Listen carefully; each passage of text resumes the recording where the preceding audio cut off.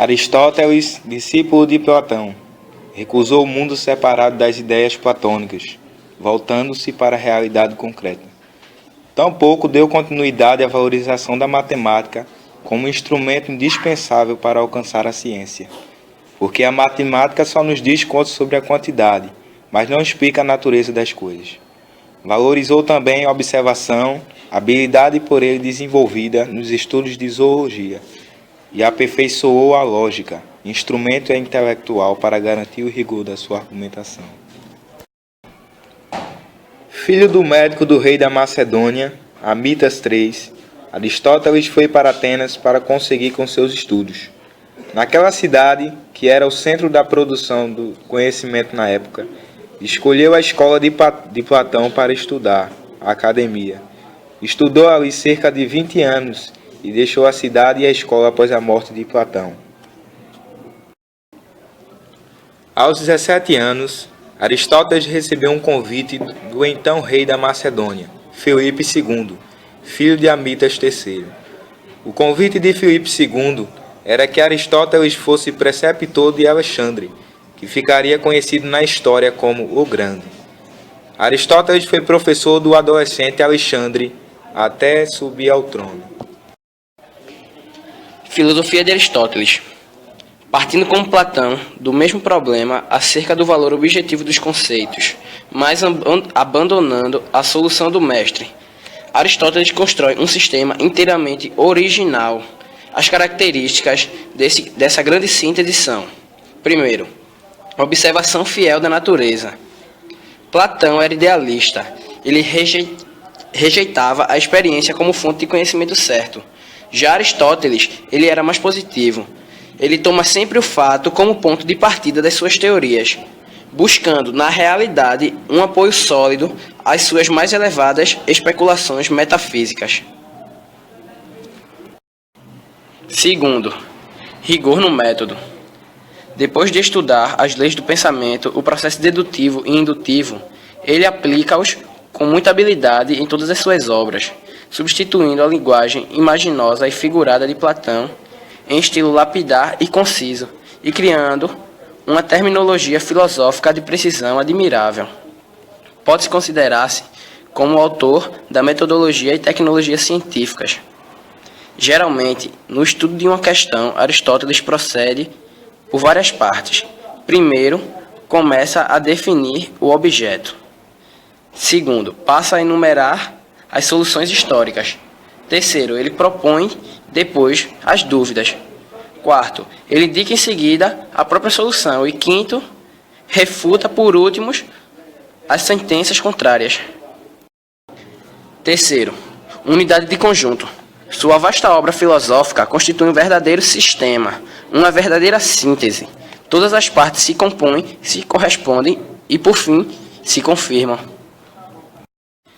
A filosofia, segundo Aristóteles, dividia-se em teórica, prática e poética, abrangendo, destarte, todo o saber humano, racional.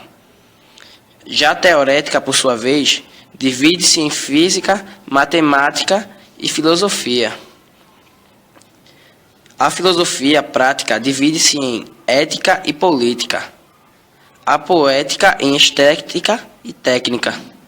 Aristóteles é o criador da lógica, como ciência especial, sobre a base socrático-platônica.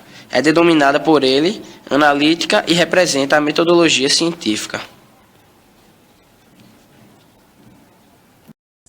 Você, que está me escutando agora, já parou para se perguntar o que é existir? Para que existimos? O porquê existimos? Para o filósofo Aristóteles, uma coisa existia a partir de 4 causas, ou seja, 4 origens, 4 motivos ou 4 razões para existir. A primeira causa é a causa material. É aquilo do qual é feito, ou seja, do que o objeto é feito. A segunda causa é a coisa em si, ou seja, o próprio objeto. Essa causa chama-se formal. A terceira causa é a causa eficiente. Nela descobrimos quem ou o que fez o objeto. A quarta causa descobrimos para que ou por que o objeto é feito, qual é a sua finalidade. Ou seja, segundo a filosofia aristotélica, para alguma coisa existir, precisa ter essas 4 causas. Primeira, causa material, aquilo que é feito. A segunda, causa formal, a coisa em si. Terceira, causa eficiente, aquilo que fez a coisa. Quarto, causa final, para que serve a coisa. Podemos usar como exemplo bem simples uma faca.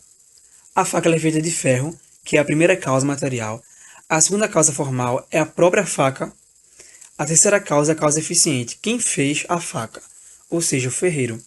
E a quarta causa é a causa final, que é para que fizeram a faca. E qual é a finalidade da faca? A finalidade da faca é cortar carne. Outro exemplo bem simples, o guarda-roupa. Qual material é usado para o guarda-roupa? Madeira. Qual é a causa formal, que é a segunda causa?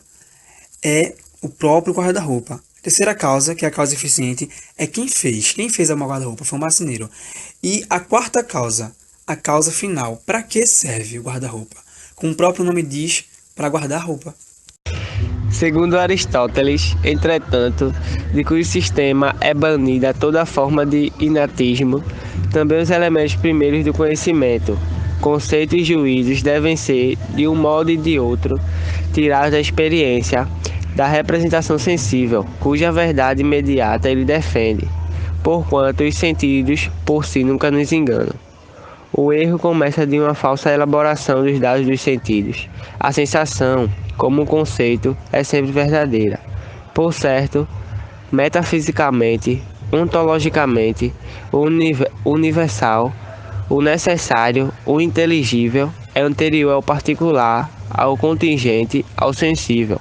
Mas, gnoseologicamente, psicologicamente, existe primeiro o particular, o contingente e o sensível. Assim sendo, compreende-se que Aristóteles, ao lado e em consequência da doutrina de dedução, seja constrangido a elaborar, na lógica, uma doutrina da indução. Por certo, ela não está efetivamente acabada, mas pode-se integrar logicamente segundo o espírito profundo da sua filosofia. Quanto aos elementos primeiros do conhecimento racional, a saber, os conceitos, a coisa parece simples. A indução nada mais é do que a abstração do conceito, do inteligível, da representação sensível, isto é, a desindividualização do universal do particular, em que o universal é imanente. A informação do conceito é, a posteriori, tirada da experiência.